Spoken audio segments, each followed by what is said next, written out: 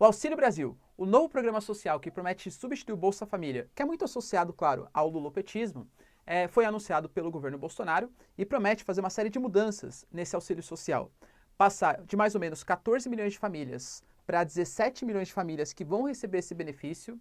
O valor, o ticket médio que cada um recebe vai ser aumentado em 20% e de novembro de 2021 até o final de 2022, coincidentemente próximo das eleições, o valor mínimo que cada um vai receber, coincidentemente, claro, né? O valor mínimo que cada um vai receber é de R$400. Isso está colocando em debate. Pô, mas o governo Bolsonaro não é um governo mais liberal? Isso possivelmente vai furar, inclusive, o teto de gastos. Isso é uma oposição de fato?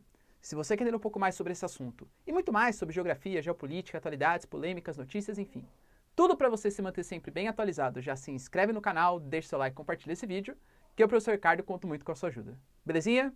Não esquece também, galera, a plataforma completinha, com o curso que eu acabei de lançar, só de geopolítica e atualidades para os seus vestibulares, para os seus concursos, link aqui na descrição.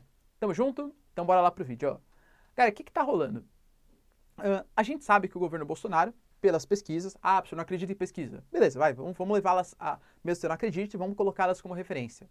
O governo Bolsonaro vem perdendo popularidade aí bastante, né, recentemente. Isso muito por conta dos dados econômicos brasileiros. É a inflação, é o desemprego, a gente tem o aumento do preço do dólar, o aumento do preço da gasolina, a crise energética, muito possivelmente até uma possível greve dos caminhoneiros vindo no dia 1º de novembro. Então toda essa questão econômica, ela pesa na popularidade.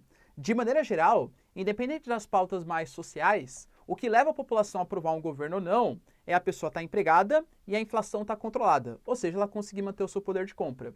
E nesse momento, claro que é uma questão global, mas o Brasil ele está saindo pior que a média global e pior que outros países que têm uma economia parecida com a nossa. Claro que se comparar com a Argentina, a Venezuela, a gente está melhor, mas esperava eu que a gente não precisasse se comparar com esse tipo de país, né? Nada contra eles, claro, mas economicamente os caras estão muito mal. Pensando nisso, uma medida até um pouco eleitoreira e também uma tentativa de retomada econômica, depende muito do seu viés político, vai ser lançado o Auxílio Brasil.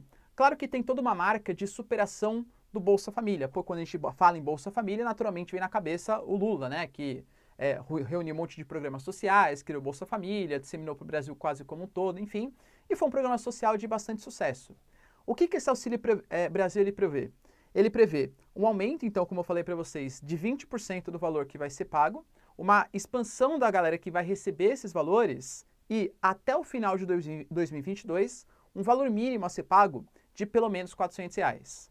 Só que todos esses custos, eles vão estar, segundo as contas, né, dos nossos economistas, furando o chamado teto de gastos em até 30 bilhões de reais. E isso é um grande problema. Por quê?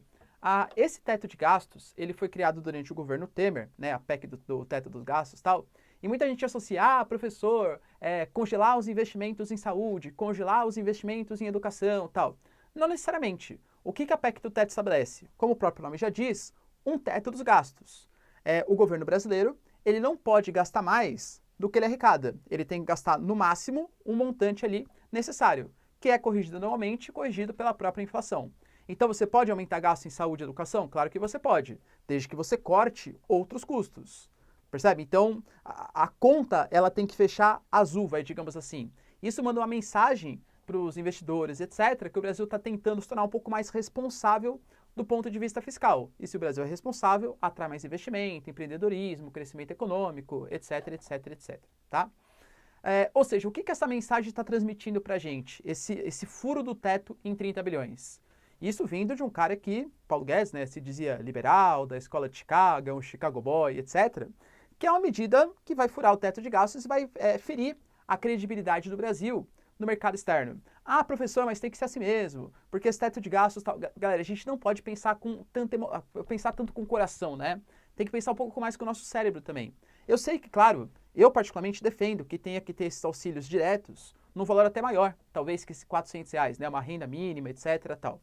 A grande questão é que se a gente aumentar esse valor sem cortar outros valores, furar o teto de gastos, o que vai acontecer? Menos investimentos brasileiros, a expansão da base monetária, aumento do crédito de maneira forçada, o que isso vai gerar? Menos entrada de dólares, a gente vai ter que emitir reais, vai ter que emitir crédito, consequentemente vai gerar inflação. Ou seja, essas medidas muito eleitoreiras, sem uma responsabilidade fiscal, elas também acabam prejudicando os mais pobres. Era só você pensar, o Maduro, por exemplo, ele vai lá, toda vez que chega o Dia dos Trabalhadores, ele duplica o salário mínimo. Aí, nossa, como ele é bonzinho. Não é ser bonzinho. Fazendo essa medida eleitoreira populista, aparentemente é uma coisa que está ajudando os mais pobres, mas gera inflação. E olha que ponto interessante. Gerar inflação é uma coisa que prejudica principalmente os mais pobres. Por quê? Porque o cara que é mais rico, o cara que recebe o dinheiro, ele consegue colocar, sei lá, numa bolsa de valores, no mercado americano, numa offshore, ele consegue colocar, por exemplo, numa renda fixa associada ao IPCA, que é a própria inflação. Então ele acaba fugindo da inflação. Quem que sofre com a inflação de fato? É o mais pobre, que recebe o seu salário e já gasta para comprar 1 litro de leite, um pãozinho, pagar o aluguel, etc. Esse cara não faz o investimento, não guarda o dinheiro de maneira geral. Então ele que está sentindo o poder de compra dessa moeda reduzir cada vez mais, percebe? Então fazer esse Auxílio Brasil sem uma responsabilidade fiscal, com certeza é uma medida bastante eleitoreira. E você, galera, concorda com o aumento do Auxílio Brasil? Na minha opinião, ele deveria sim acontecer, mas deveria vir concomitantemente com outros fatores associados. O Paulo Guedes disse que não vai desrespeitar a PEC do teto dos gastos. Por quê? Porque ele está associado a uma questão também de prolongamento dos chamados precatórios. O que são esses precatórios, professor? O Brasil, ele perde constantemente, né, processos judiciais, é uma coisa natural. E tudo que o Estado tem que pagar para o povo brasileiro, para empresas brasileiras, a gente chama de precatórios. Os precatórios, tem alguns que estão vencendo agora em 2021, 2022. É responsabilidade do Brasil pagar essa dívida que tem com a população. O governo brasileiro quer parcelar, prorrogar, jogar lá para frente essa dívida para ter dinheiro para fazer esse programa social, para aumentar a popularidade do governo Bolsonaro. Outra vez, mostrando uma certa irresponsabilidade fiscal, empurrando a dívida com a barriga, jogando lá para frente. E aí, galera, de fato, isso passa credibilidade? Isso atrai dólares? Isso faz com que o Brasil fique mais confiável e a gente consiga, de fato, resolver a nossa inflação? Não adianta, né? Medidas eleitoreiras feitas por quem tinha prometido, pelo menos em campanha, que não ia tomar essas medidas. Você concorda com o aumento do Auxílio Brasil? Dessa maneira desorganizada? Da onde que você acha que a gente podia tirar os gastos para manter o Auxílio Brasil e ainda assim não furar o teto em 30 bilhões? Deixa aí nos comentários que eu quero saber a sua opinião, tá? Evita xingar políticos no meio dessa sua opinião. No mais, galera, espero que vocês tenham curtido o vídeo, tenham entendido essa problemática. Beijo, abraço, tchau, tamo junto e até!